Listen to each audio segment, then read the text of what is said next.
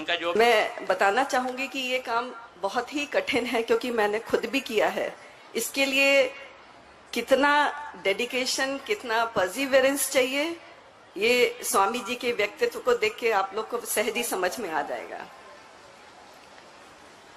भाइयों और बहनों, आज के इस भौतिकवादी युग में जहां नए नए उद्योग खुलते जा रहे हैं, शहरीकरण का विस्तार होता जा रहा है तथा वाहनों की संख्या में बेतहाशा वृद्धि हम देख रहे हैं, इसकी वजह से आज पर्यावरण प्रदूषण एक गंभीर समस्या बन गया है। आज वायु में हानिकारक गैसें जैसे carbon monoxide, nitrogen dioxide, sulphur dioxide, suspended particulate matters जिनको धूल कण कहते हैं, इनकी वृद्धि स्थान स्थान पर देखी जा रही है और कई स्थानों पे ये क्रिटिकल लेवल को भी पार कर गई है। आज हम देखते हैं कि सांस की बीमारियों के, फेफड़ों की बीमारियों से तथा हृदय रोगों से पीड़ित लोगों की संख्या में तेजी से वृद्धि हो रही है। आज छोटे छोटे बच्चे अस्थमा जैसे रोगों के शिकार हो रहे हैं। इसके साथ ही हम देखते हैं कि एक नया पर्यावरण प्रदूषण, जिसको हैजार्डस पॉल्यूटेंट कहते हैं, माइक्रोबियल पॉल्यूशन कहते हैं, वो हमारे सामने एक समस्या बन के खड़ा है।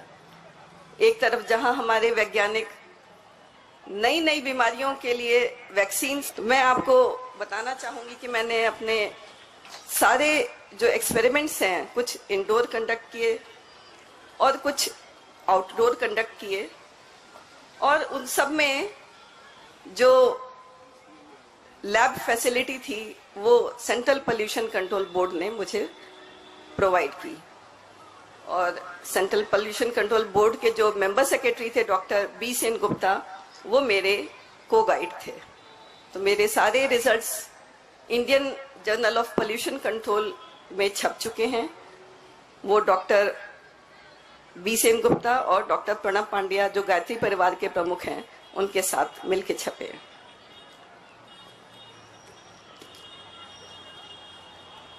जो इंडोर एक्सपेरिमेंट्स किए थे, उनका इफेक्ट मैंने माइक्रोब्स के ऊपर देखा, मुख्यतः बैक्टीरिया, पैथोजेंस और फंगस पे देखा।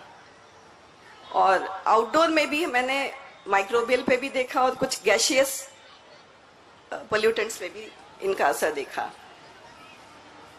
3 तरीके के पैरामीटर्स मैंने देखे जिनके ऊपर यज्ञ का प्रभाव देखा गया। पहला था वातावरण में व्याप्त दुर्गंध, उसके ऊपर क्या प्रभाव होता है।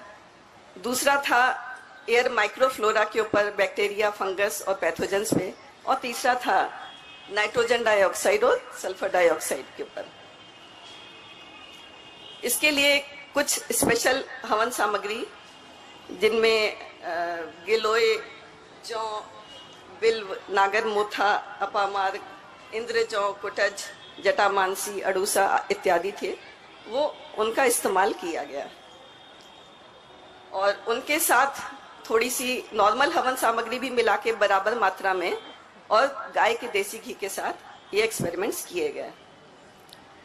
पूरे 1 वर्ष में 4 एक्सपेरिमेंट्स इंडोर किए, जिनको एयर पोल्यूशन, उनकी जो माइक्रोबियल लैब है सेंट्रल पोल्यूशन कंट्रोल बोर्ड की, उन्होंने मुझे इसके लिए पेट्री डिशेस प्रोवाइड किए थे। प्रतिदिन सुबह से लेके शाम तक मैंने दिन में 4 बार सैंपलिंग की थी। बैकग्राउंड एक दिन पहले देखा हवन करने के, उसके बाद जिस दिन हवन किया उस दिन सैंपलिंग की, उसके बाद 3 दिन तक मैं लगातार सैंपलिंग करते रही चारों एक्सपेरिमेंट्स में, और मुझे बड़े इंटरेस्टिंग रिजल्ट्स मिले।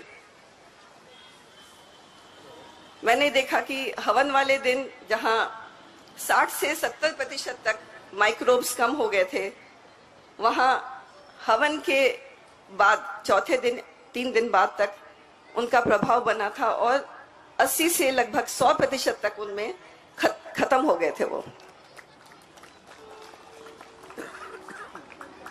हवन का प्रभाव का कितना समय तक रहता है, इसको देखने के लिए मैंने एक एक्सपेरिमेंट किया जो 7 दिन तक हवन के बाद सैंपलिंग करी, और उसके प्रभाव और भी ज्यादा इंटरेस्टिंग थे।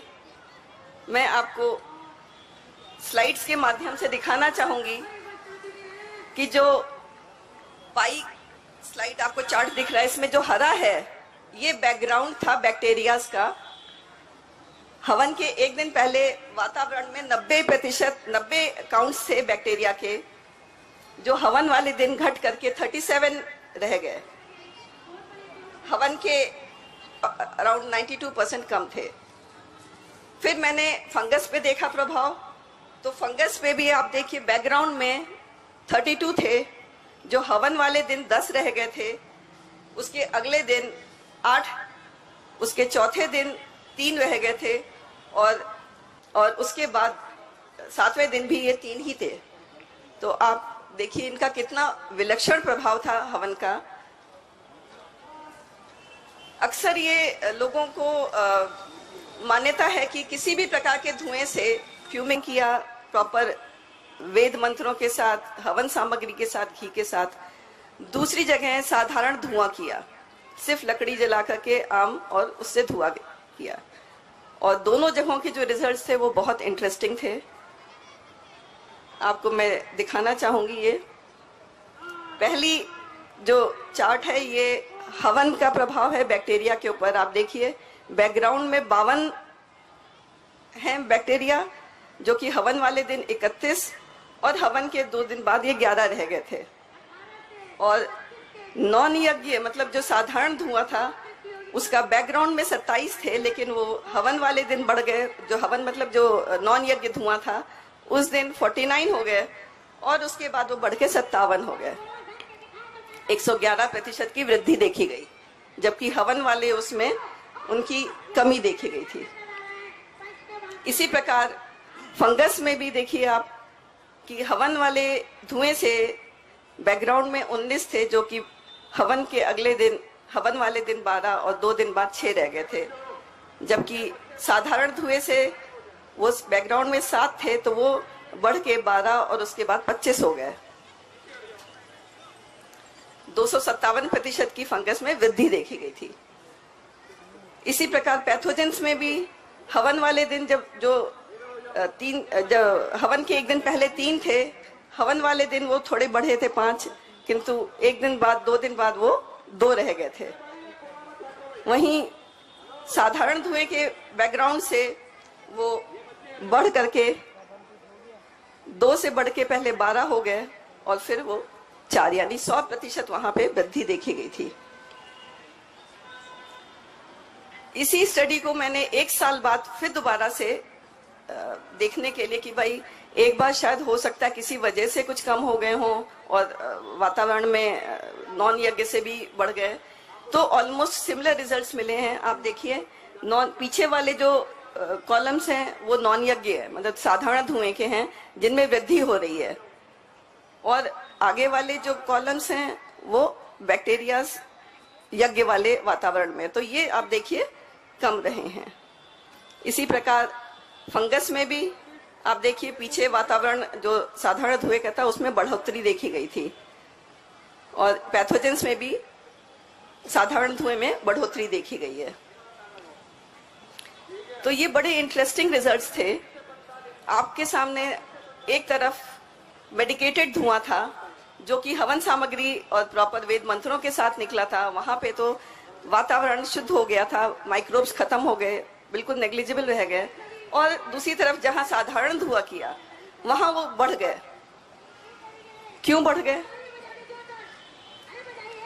इसलिए बढ़ गए क्योंकि जहां साधारण धुआं किया गया था वो पोल्यूशन था, गंदगी थी, और जितने भी हानिकारक माइक्रोब्स होते हैं ये भाइयों बहनों गंदगी में ही पनपते हैं। ये इनके लिए भोजन होता है। जो गंदगी प्रदूषण होता है, जहां भी गंदगी होती है वहीं हम कहते हैं ना बीमारियां होती हैं। तो ये करके देख लिया कि जहां प्रदूषण था वहां पे माइक्रोब्स बढ़ गए और जहां पे हवन का मेडिकेटेड धुआं था वहां वो कम हो गए।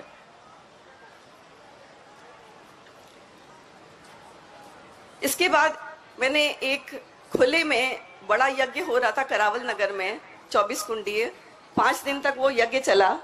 तो खुले में भी मैंने करने की कोशिश की, परंतु खुले का जो वातावरण होता है उसमें आप, जैसे आज हवा चल रही है, आप कंट्रोल नहीं कर सकते हैं मेट्रोलॉजिकल ये सब हवा को, पानी को। फिर भी मैंने एक्सपेरिमेंट करने की कोशिश की थी और उसके भी मुझे कुछ पॉजिटिव रिजल्ट्स मिले थे, हालांकि इतने आशातीत रिजल्ट्स नहीं थे। इसमें इस वाले चार्ट में आप देखेंगे हवन 12 को प्रारंभ हुआ था, 12 को लगभग 10,000 लोग आए थे और आखिरी दिन 17 तारीख को लगभग 16,000 लोग थे। तो इतने लोगों के आने के बाद यज्ञ के एक दिन पहले से और बाद तक, 2 दिन बाद तक मैंने सैंपलिंग करी और उसके रिजल्ट्स मैं दिखाती हूँ आपको। आप देखिए जहां से शुरू हो रहा है ये बैकग्राउंड है, परंतु जब लोग बढ़े तो इनकी वृद्धि हुई, जब लोग घटे तो ये नीचे आ गया। ये चार्ट दिखा रहा है कि number of bacteria, fungus, total microflora और पैथोजेंस कितने हैं। तो जितने दिन हवन चला उतने दिन तो ये बढ़ते रहे, क्योंकि लोग आ रहे थे और लोग जो हैं इंसान कैरियर्स होते हैं माइक्रोब्स के।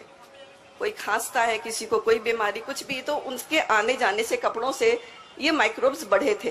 परंतु जब वो समाप्त हो गया तो आप देखिए फिर डिप कर गया नंबर। तो ये रिजल्ट्स बड़े इफेक्टिव थे हमारे। ये हमारा डाटा है, आप देखिए बैक्टीरिया में हवन जब खत्म हुआ उसके अगले दिन 54% की कमी थी और एक दिन बाद भी वो कमी बनी रही, ऑलमोस्ट 38% की कमी थी। पैथोजेंस में लगभग 80%, 79.4% की कमी दोनों दिन बनी रही।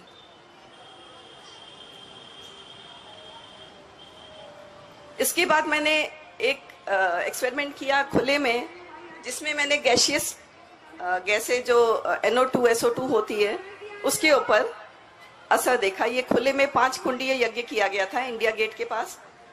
एक हाई वॉल्यूम सैंपलर रखा गया था डाउनविंड डायरेक्शन में और 8-8 घंटे पे सैंपल्स कलेक्ट किए गए थे। इनका रिजल्ट्स भी बहुत ही अच्छा आया था।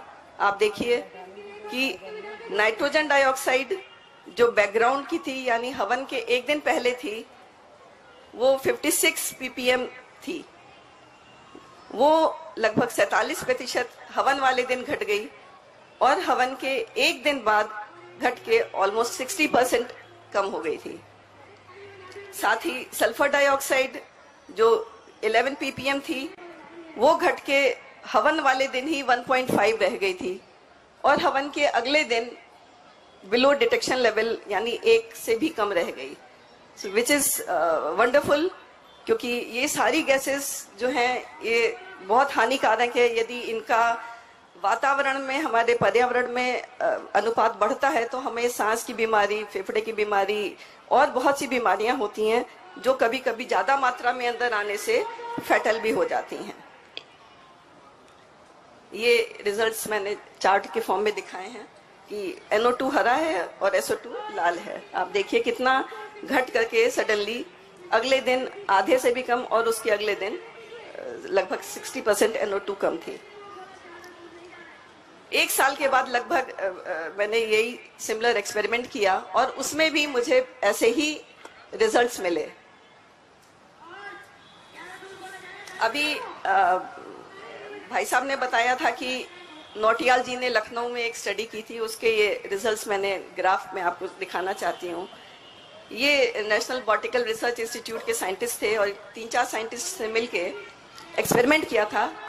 सबसे पहले उन्होंने लकड़ी जलाई आम की 1 घंटा, उसको उन्होंने कंट्रोल बनाया और उसके बाद आधा किलो सिर्फ हवन सामग्री, ना कोई मंत्र ना कोई घी, वो डाल के उन्होंने जलाया। तो आप देखिए कितने अच्छे रिजल्ट्स हैं। बैकग्राउंड में बैक्टीरियल काउंट्स 345 थे जो with in half an hour घट करके 40 से भी कम रह गए और 4 घंटे के अंदर वो ऑलमोस्ट नेग्लिजिबल हो गए। इनका प्रभाव आप देखिए 24 घंटे तो कंप्लीट बना रहा, फिर उसके बाद उन्होंने 7वें दिन, 15वें दिन और 30वें दिन सैंपलिंग की। तब भी आप देखिए कि इवन 7वें दिन भी वो 50 से नीचे ही हैं, 15वें दिन भी 100 से नीचे हैं और 30वें दिन भी वो अभी 150 से नीचे हैं, मतलब बैकग्राउंड तक भी वो नहीं पहुंचे हैं। तो यज्ञ एक विलक्षण प्रक्रिया है, विज्ञान सम्मत प्रक्रिया है। इन सब रिजल्ट से हम लोगों ने ये देख लिया कि वातावरण में जो वायु प्रदूषण है, कम से कम उसके लिए यज्ञ जो है सबसे इफेक्टिव शोध करने का एक साधन है। हमारा आध्यात्मिक तो यज्ञ था ही। आज अगर हम कहते हैं कि यज्ञ से धुआं होता है, प्रदूषण होता है, तो ये उनके लिए जवाब है कि यज्ञ से जो धुआं होता है वो प्रदूषण नहीं होता, वो इनफैक्ट प्रदूषण को दूर करने वाला होता है।